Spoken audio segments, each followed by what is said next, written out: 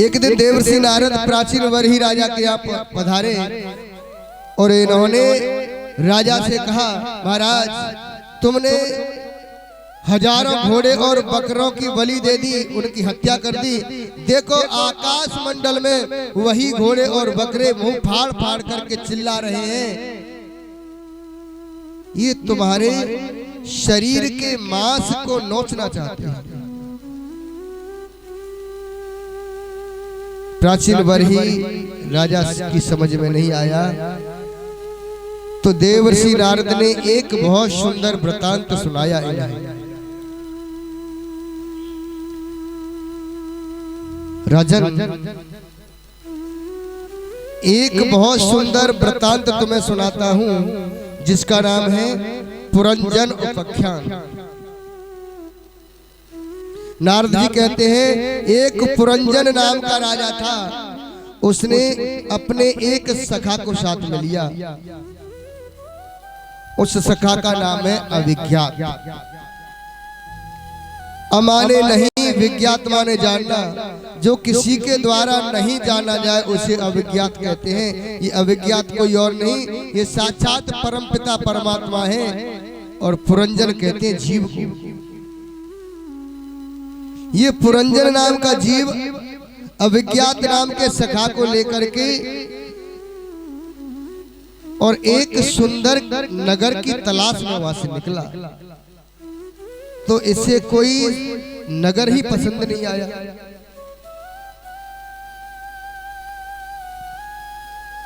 और जब कोई नगर पसंद नहीं आया तो हिमालय की दक्षिण दिशा में 9 दरवाजे का एक नगर इसे दिखाई दिया। वह 9 दरवाजे का नगर कोई और नहीं, हमारा तुम्हारा शरीर है जिसमें 9 द्वार होते हैं, 9 छिद्र होते हैं। और जब यह इस नगर के अंदर प्रवेश करता है तो नगर के मुख्य दरवाजे पर एक सुंदर स्त्री इसे मिली। तो इसने पूछा, देवी तुम्हारा परिचय क्या है? तो उसने कहा कि मैं अपना परिचय तो नहीं जानती, लेकिन तुम मेरे साथ रहोगे तो मैं तुम्हारी सेवा बहुत करूंगा।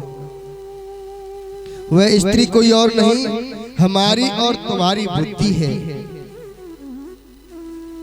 अब ये पुरंजन नाम का जीव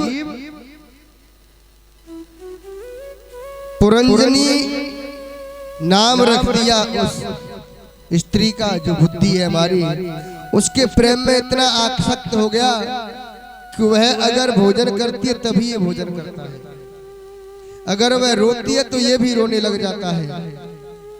और उसके साथ में विवाह कर लिया। और ये हमारे तुम्हारे शरीर के अंदर जो पुरंजनी है वो अकेली नहीं है, इसकी 10 सहेलियां और है, 5 ज्ञान इंद्रियां और 5 कर्म इंद्रियां। नगर में जब ये जीव अंदर प्रवेश करता है तो डंडा लेकर के बैठा है विसूचिन। विसूचिन कहते हैं इस मन को।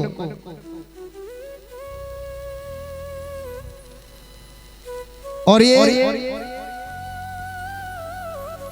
इतना प्रेम में आसक्त हो गया कि पुरंजनी के साथ में रह करके ये सर्वस्व भूल गया, अपने अविज्ञात नाम के सखा को भूल गया, परमपिता परमात्मा को भूल गया। नगर में वास कर रहा है। नगर के प्रधान द्वार पर रहता है एक 5 फण वाला सर्प। 5 फल वाला सर्प कोई और नहीं, 5 प्राण होते हैं, प्राण, अपान, बयान, समान और उदान। जब नगर के सभी व्यक्ति सो जाते हैं तो ये 5 प्राण जो जागते रहते हैं, जो 5 फन वाला सर्प है। और जिस समय ये 5 प्राण सो जाते हैं तो फिर लोग कहते हैं भैया अब इनके अंदर कुछ नहीं रहा, अब इन्हें 4 पाई से नीचे उतार दो। मेरे भागवत प्रेमियों, देवर्षि नारद प्राचीन वरही राजा को समझा रहे हैं। उसी नगर के सामने एक राजा रहता है जिसका नाम है चंडवेग। चंडवेग कहते काल को, समय को।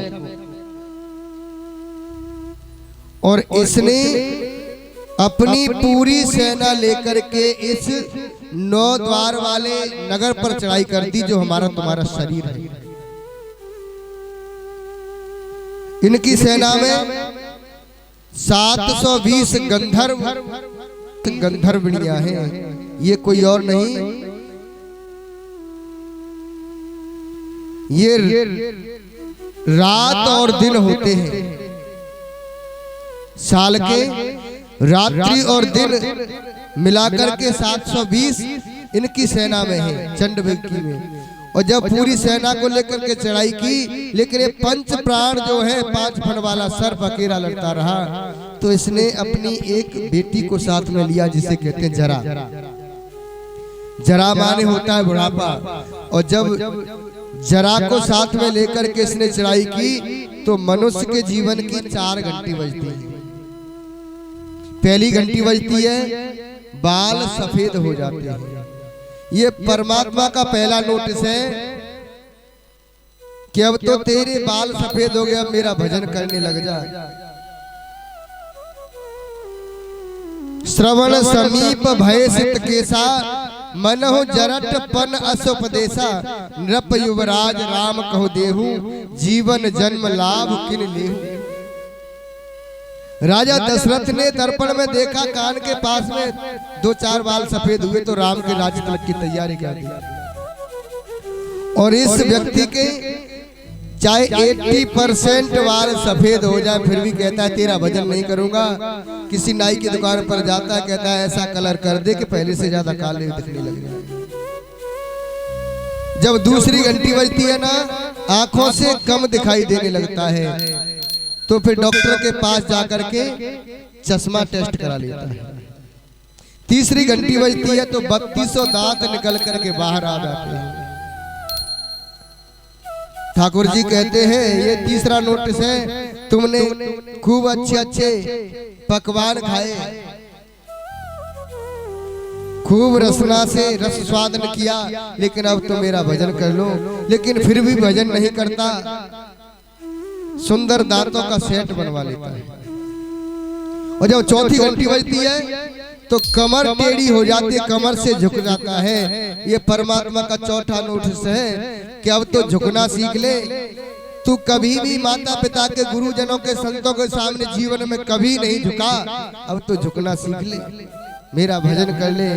तो फिर भी कहता है तेरा भजन नहीं करूंगा। च्यवनप्राश लेकर के आता है कि फिर से जवान हो गया।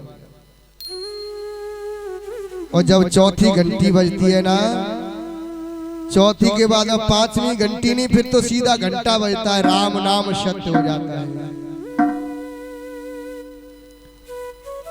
और ये जब अंत समय पर ये पुरंजन का अंत समय आया, तो इसने पुरंजनी को याद किया, स्त्री को याद किया, तो ये स्त्री बन गया।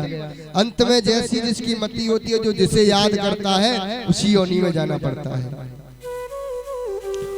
और ये अंत में स्त्री बन गया दूसरे जन्म में। तो इसका विवाह एक पुरुष के साथ में हुआ।